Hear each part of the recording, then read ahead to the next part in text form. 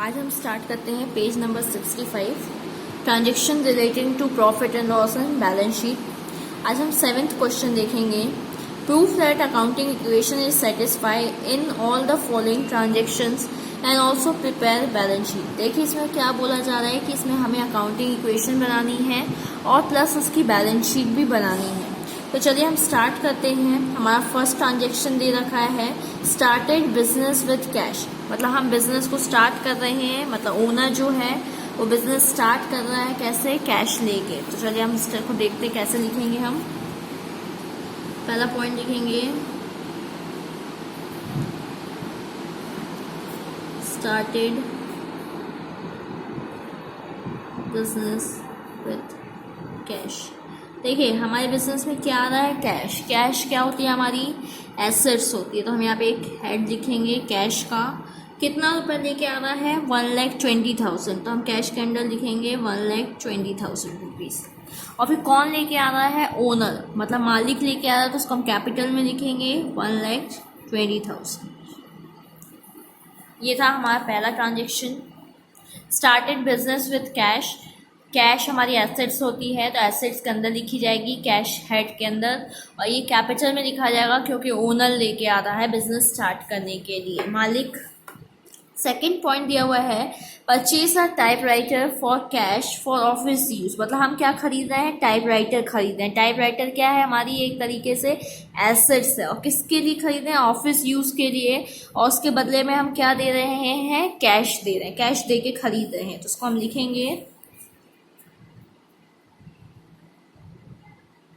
Purchase या bot typewriter for cash. कितने का खरीद रहे हैं टाइपराइटर, कितने का है, 8,000 का है। तो हम यहाँ पे एक और हेडिंग डालेंगे एसेट्स के अंदर, टाइपराइटर। टाइपराइटर आ रहा है हमारे पास 8,000 का, लेकिन उसके बदले में जा क्या रहा है, कैश जा रही है। तो कैश क्या हो जाएगी, हमारी कम हो जाएगी। और हमारे यहाँ पे कोई भी चेंजेस नहीं आएगा, तो आप यहाँ पे डैश कर सकते हैं। डैश कर कैसे छोड़ सकते हैं।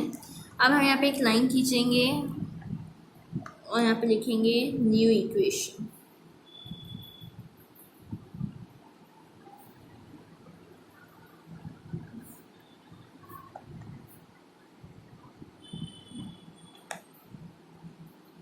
और यहाँ हम 1,20,000 में से 8,000 माइनस करेंगे, तो ये आपका आएगा 1,12,000 रुपीज़। देखिए दोनों इक्वेशन दोनों साइड है बैलेंस वाला, इधर भी 1,20,000 है, इधर भी 1,20,000 है, मतलब हमारी इक्वेशन अभी तक सही जा रही है। अब थर्ड ट्रांजेक्शन देखेंगे, तो थर्ड ट्रांजेक्शन में क्या बोला है, purchase goods for cash. Goods क्या होते हैं, सामान होते हैं हमारे लिए, एसेट्स के अंदर आते हैं स्टॉक के, और उसके बदले में हम दे क्या रहे हैं, कैश दे रहे हैं। कैश दे के हम सामान खरीद रहे हैं। तो लिखेंगे परचेज गुड्स फॉर कैश। तो देखिए स्टॉक हम कितने का, हमारा सामान कितने का खरीदे, इसके अंदर एक और हेड बनाएंगे एसेट्स के अंदर स्टॉक का, और कितने का खरीद रहे हैं, 50,000 का। तो यहाँ पे लिखेंगे 50,000, और कैसे खरीद रहे हैं, कैश देके। तो हमारा कैश क्या होगा, कम होगा। देखिए हमारी एक एसेट्स बढ़ रही है और एक एसेट्स कम हो रही है, हमारा स्टॉक बढ़ रहा है और कैश कम हो रही है। और यहाँ पे अभी भी कुछ नहीं हो रहा है, तो यहाँ हम डैश कर देंगे। फिर हम एक लाइन खींचेंगे, लिखेंगे न्यू इक्वेशन। देखिए हमारे टाइपराइटर में कोई चेंजेस नहीं आया, तो उसकी वैल्यू हम यहाँ उतार देंगे।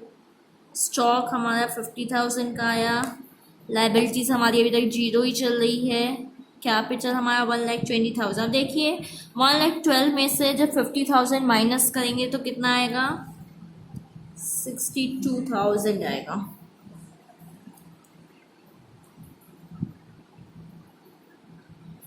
देखिए अभी भी हमारा ये दोनों साइड बैलेंस चल रहा है। इस साइड का भी टोटल करेंगे तो आपका 1,20,000 आएगा, इधर का भी 1,20,000 आ रहा है। अब फोर्थ ट्रांजेक्शन देखते हैं। फोर्थ ट्रांजेक्शन क्या बोला है, एक इसमें दिया है परचेज गुड्स ऑन क्रेडिट। अब हम सामान खरीद रहे हैं, स्टॉक खरीद रहे हैं, लेकिन कैसे, उधार में खरीद रहे हैं, मतलब हमें सामने वाले को पैसा देना था, हम नहीं दे रहे हैं, तो ये हमारे क्या बन जाएंगे, क्रेडिटर्स बन जाएंगे, हमारी लाइबिलिटीज इंक्रीज हो जाएगी। यहाँ लिखेंगे परचेज गुड्स ऑन क्रेडिट। देखिए सामान बढ़ रहा है, हमारा सामान कितने से बढ़ रहा है, 40,000 से, तो हम स्टॉक में लिखेंगे 40,000। और क्या हो रहा है, हमारी लाइबिलिटीज़, हमारे क्रेडिटर्स इंक्रीज हो रहे हैं, तो लाइबिलिटीज़ के अंदर लिखेंगे क्रेडिटर्स। देखिए लाइबिलिटीज़ में क्रेडिटर्स लिखेंगे, और क्रेडिटर्स में अमाउंट लिखेंगे इसकी 40,000 रुपीज़। कितने हमारे क्रेडिटर्स बढ़ रहे हैं, मतलब इनको हमको पेमेंट करना है, हमारी लाइबिलिटीज़ इंक्रीज हो रही है। यहाँ लाइन खींच देंगे। अब यहाँ पे लिखेंगे न्यू इक्वेशन।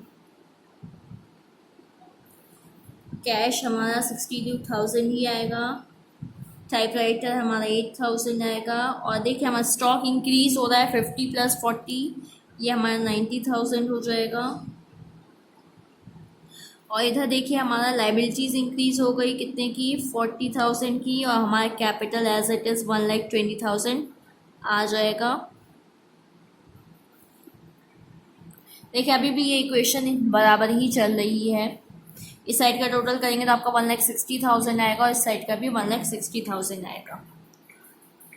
अब फिफ्थ ट्रांजेक्शन देखते हैं। फिफ्थ ट्रांजेक्शन क्या बोला है, sold goods for credit costing 60,000।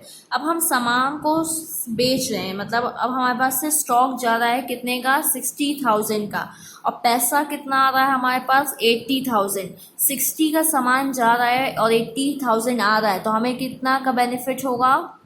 लेकिन देखिए यहाँ पे हमें एक वर्ड दे दिया है कि हम इसको किस में बेच रहे हैं, उधार में बेच रहे हैं। जब हम उधार में बेचते हैं, सेल करते हैं, तो वो हमारे क्या बन जाते हैं, डेटर्स बन जाते हैं।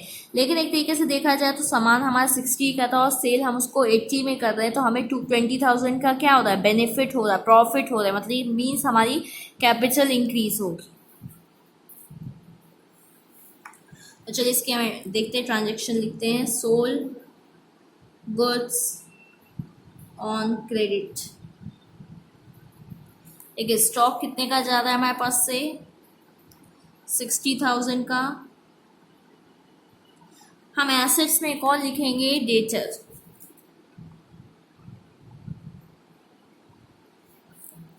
डेटर में कितना लिखेंगे, 80,000। हमारे डेटर्स कितने के बढ़ रहे हैं, 80,000 के बढ़ रहे हैं। लाइबिलिटीज हमारी अभी भी कुछ नहीं है, 60 - 60 + 80,000 के क्या हो रहा है, 20,000 का हमें बेनिफिट हो रहा है, प्रॉफिट हो रहा है। तो प्रॉफिट कहाँ, हमारी कैपिटल को इंक्रीज करेगा, तो 20,000 हम वहाँ शो कर देंगे। न्यू इक्वेशन लिखेंगे। देखिए 62,000 का हमें बेनिफिट हो रहा है, मतलब कैश है हमारा, 8,000 का हमारा टाइपराइटर है। देखिए स्टॉक अब हमारे पास कम हो रहा है, पहले 90,000 का था, अब 60,000 का उसमें से जा रहा है, तो अब स्टॉक कितने का है, 30,000 का है। और 80,000 के हमारे डेटर्स इंक्रीज हो गए। लाइबिलिटीज़ हमारी एज इट इज़ उतनी की उतनी ही है, और हम हमारी कैपिटल बढ़ जाएगी, अभी हो जाएगी 1,40,000। 40 + 1,40,000, ये आपका 1,80,000 हो जाएगा। और यहाँ पे भी आपका 1,80,000, मतलब आपका भी बैलेंस चल रहा है, इक्वेशन सही चल रही है आपकी।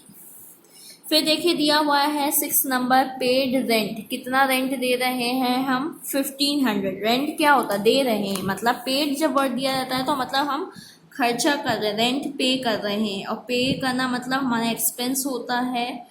देखिए रेंट के तौर पे आप क्या देंगे, कैश देंगे, तो आपका कैश कम होगा कितना से, 1,500 से। और रेंट हमारा खर्चा है, हमारी कैपिटल को भी कम करता है, तो उसको हम कहाँ शो करेंगे, कैपिटल में से भी माइनस करेंगे। फिर हम न्यू इक्वेशन यहाँ लिखेंगे।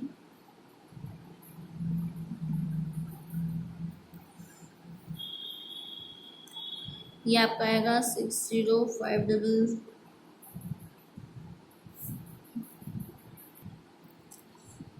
8,000 आपके टाइपराइटर, 30,000 आपकी स्टॉक आ जाएगी एज इट इज़, और डेटर्स आपके 80,000 के आ जाएंगे। लाइबिलिटीज़ आपकी 40,000, और इधर आपका देखिए 1,40,000 में से जब 1,500 माइनस करेंगे तो आपका आ जाएगा 1,38,500, और जब आप इसको ऐड करेंगे तो ये आपका इक्वल ही चलेगा बैलेंस। आगे हम इसके ट्रांजेक्शन करते हैं। देखिए आप लोग हमेशा मतलब एक फ्रेश पेज में ही कीजिएगा जिससे आपके सभी ट्रांजेक्शन एक में ही आ जाए। देखिए अभी हमने 6 तक किया था, इसके आगे देखिए 7th वाला क्या बोल रहा है, पेड सैलरी। हम सैलरी दे रहे हैं, सैलरी क्या पे करना मतलब एक तरीके से एक्सपेंस होता है। सैलरी हम किस फॉर्म में देंगे, कैश के फॉर्म में देंगे। तो चलिए हम इसको लिख लेते हैं ट्रांजेक्शन को, 7th वाले को।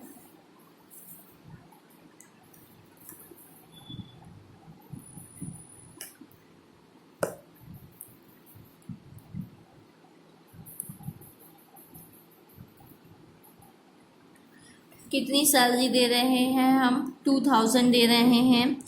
कैश हमारी कम होगी और सैलरी हमारा खर्चा है तो हमारी कैपिटल में से जाएगा।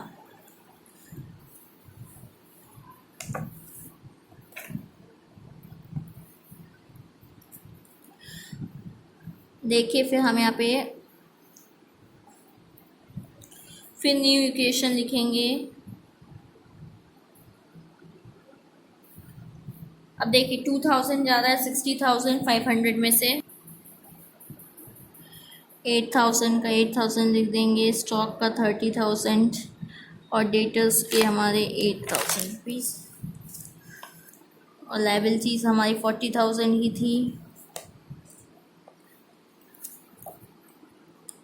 अब देखिए कैपिटल से भी हमारा कम हो रहा है तो ये हो जाएगा आपका कैपिटल।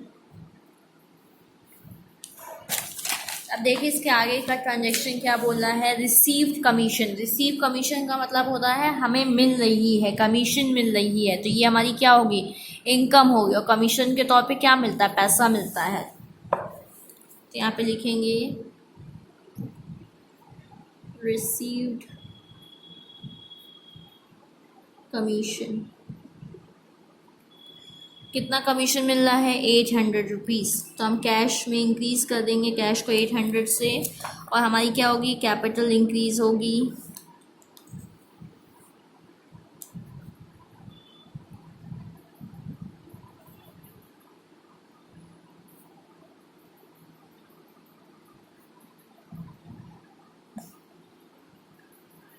बाकी चीज़ों को हम एज इट इज़ उतार देते हैं जिसमें कोई चेंजेस नहीं आते हैं।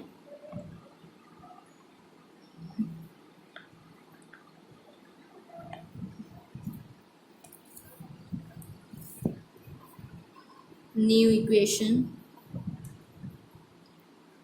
फिर लास्ट वाला देखिए इसमें दिया हुआ है withdrew in cash for personal use. देखिए विड्रू इन कैश मतलब हम कैश निकाल रहे हैं बिजनेस से, कैसे, पर्सनल यूज़ के लिए। तो इससे हम क्या बोलते हैं, ड्राइंग बोलते हैं। तो देखिए अब हमारा कैश निकल रहा है तो हमारे एसेट में से कैश कम होगा, और हम क्या कर रहे हैं, ड्राइंग कर रहे हैं, मीन्स हमारी बिजनेस की कैपिटल भी एक तरीके से कम होगी। 9th नंबर,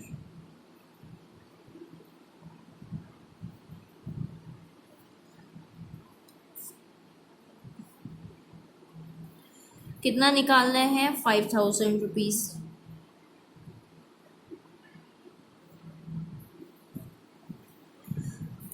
और कैपिटल से भी हमारी पूंजी कम हो रही है। ये आपका आएगा 54,300। टाइपराइटर आपके आएंगे 8,000 के, स्टॉक आएगा 30,000 का, डेटर्स आएंगे आपके 80,000 के।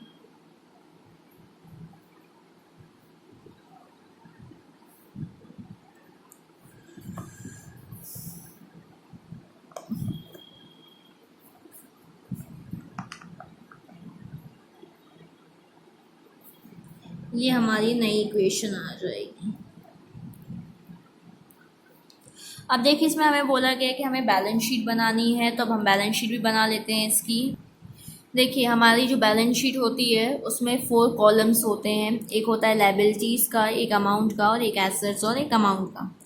तो देखिए अब जितने एसेट्स साइड में आपने लिखे हैं क्या क्या लिखा हुआ है, कैश, तो हम यहाँ पे कैश लिख देंगे। टाइपराइटर लिखा था तो हम यहाँ पे टाइपराइटर लिख देंगे।